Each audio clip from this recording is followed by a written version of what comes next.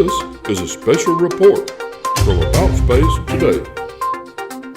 Welcome and thanks for joining us for our very first Friday special report. The news and information you'll get will be timely and immediate. It's the news you'll not hear on commercial radio or television news, and our report is commercial-free. In a news conference just days ago, NASA announced its contractors for the Modern Human Landing Systems. Attending was our Washington Bureau Chief, Rick Potlock. Recently, NASA announced 3 commercial partners have been selected to develop modern human landing systems called HLS that will carry the first woman and the next man to the surface of the moon as part of the Artemis program. The 3 companies were awarded contracts totaling $967 million. They are the national team, comprised of Blue Origin, Lockheed Martin, Northrop Grumman, and Draper. The other 2 companies selected were SpaceX and Dynetics. Because of the COVID-19 pandemic, NASA conducted the news conference by telephone, so the audio quality isn't the best, but its importance nonetheless merits this special report. Lisa Watson-Morgan, NASA's Human Landing Systems Program Manager, made the announcement. Today, we are so excited to announce that we have awarded contracts to 3 companies who will begin the development on our integrated human landing system to return the next man and the first woman to the surface of the moon. One thing we were striving for with these solicitations and announcements is to see what U.S. industry could bring us with respect to innovation, and boy, did they deliver. We have 3 notably different architectures, from a 1-stage, a 2-stage, and a 3-stage architecture. That achieves the innovation and the dissimilar redundancy of approaches that we wanted. So, without further ado, the contracts were awarded in alphabetical order to the national team with Blue Origin of Kent, Washington as the prime, with Lockheed Martin, Northrop Grumman, and Draper Labs as key partners. Blue's national team's design is a 3-stage architecture consisting of an ascent, descent, and transfer element.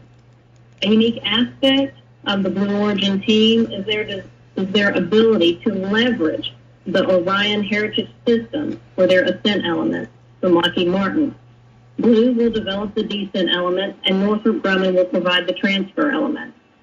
Their development approach includes an uncrewed lunar landing test flight for the descent element prior to human missions. The second one in alphabetical order is Dynetics of Huntsville, Alabama, who is leveraging over 25 companies as partners.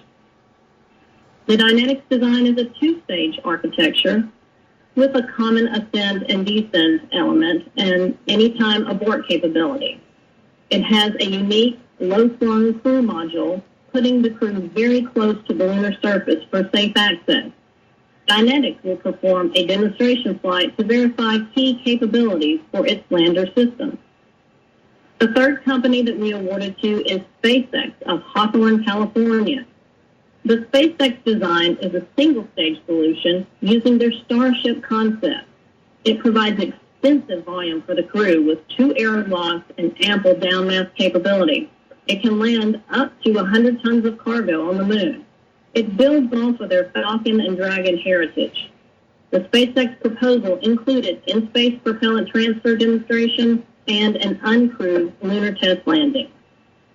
The diverse set of architectures and partners prepares NASA to perform the Artemis missions, and we look forward to a successful lunar landing in 2024 with U.S. industry. This highly anticipated first step is such an excitement for the Artemis generation as we prepare to go to the moon. A follow-up press conference, NASA Administrator Jim Bridenstine answered questions from the press.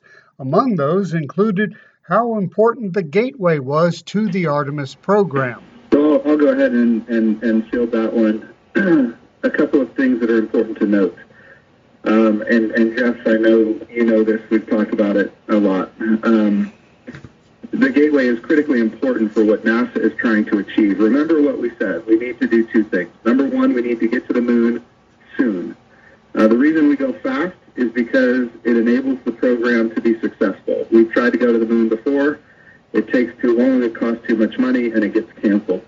Going fast reduces the political risk, just like when you talk about the time value of money. If you're going to borrow money for long periods of time, the interest rate is higher because there's more risk. The sooner we go, the less political risk. But we also need to go sustainably. We need to be able to go and be able to go again and again and again. The challenge with Apollo is that it ended. So we want to make sure that this program, the Artemis program, goes on for generations to come. And so when we think about the Gateway is a critically important element for that sustainable architecture. We would like to see private companies build landers that can go back and forth to the surface of the moon over and over and over again. Reusable landers, that's how we drive down costs, it's how we increase access, it's how we enable the commercialization in a more robust fashion. So Gateway is important not just for reusability, it's important for sustainability, it's important for maneuverability. We need to get to the poles of the moon, we need to get to the equatorial regions of the moon, and of course Gateway is important for scientific reasons, things to do on the Gateway scientifically, astrophysics, communication architectures around the moon. The Gateway is important for all of these things. And of course, it's something that our international partners are very, very interested in as well. And they're interested in building habitation modules and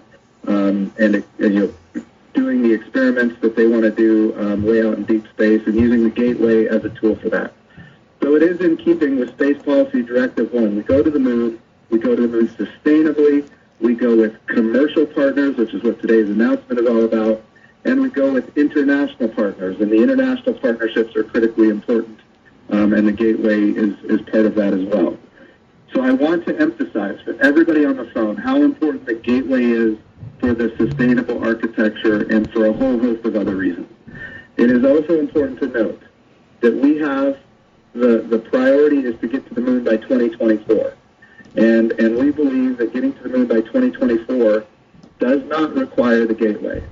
We need to get to the moon by 2024, and we will work with our partners, our commercial partners here, to get to the surface of the moon as fast as possible, and the Gateway is not required for that 2024 mission. In fact, I would go as far as to say that it's not likely that we will use the Gateway for the 2024 mission. Although what we're doing here in this base period is we're evaluating all the alternatives with our commercial partners to see what is in the realm of what puts us in a position to have the lowest risk and the highest probability of success.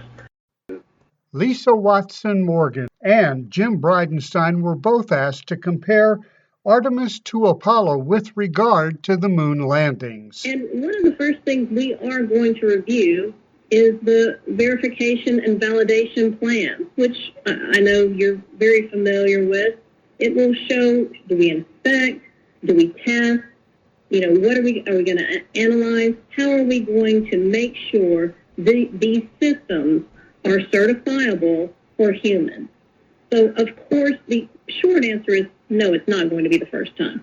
And so in the first 3 months, this is far more than just studies. It's going to encompass deep design, development, long lead procurements for each of the awardees. So the short answer is no, we won't just send them up there and let them enter the spacecraft for the first time without tests.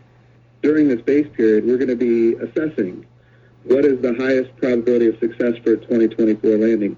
But that doesn't necessarily mean that the other contractors are not tremendously valuable and important as we work towards a long-term sustainable approach to human landing on the moon. And so different contractors, as we go through the base period, different contractors might naturally gravitate towards different parts of what we're trying to achieve. We're trying to achieve speed, and and we're trying to achieve sustainability. So it's not necessarily true that every contractor might want to achieve both speed and sustainability, although that might be where we start, and of course that's what we're trying to achieve. But different contractors might gravitate towards different sides of that equation. NASA taking another giant leap towards returning to the moon in 2024. Reporting from the Washington News Bureau, I'm Rick Potlock. Join us each Friday for current news and information on America's return to space. On behalf of Rick Potlock and our entire crew, thank you for listening. And be sure to follow us on Facebook and share our program with your family and friends. Listen next Tuesday for Women in Space. I'm David Denault, and this has been About Space Today.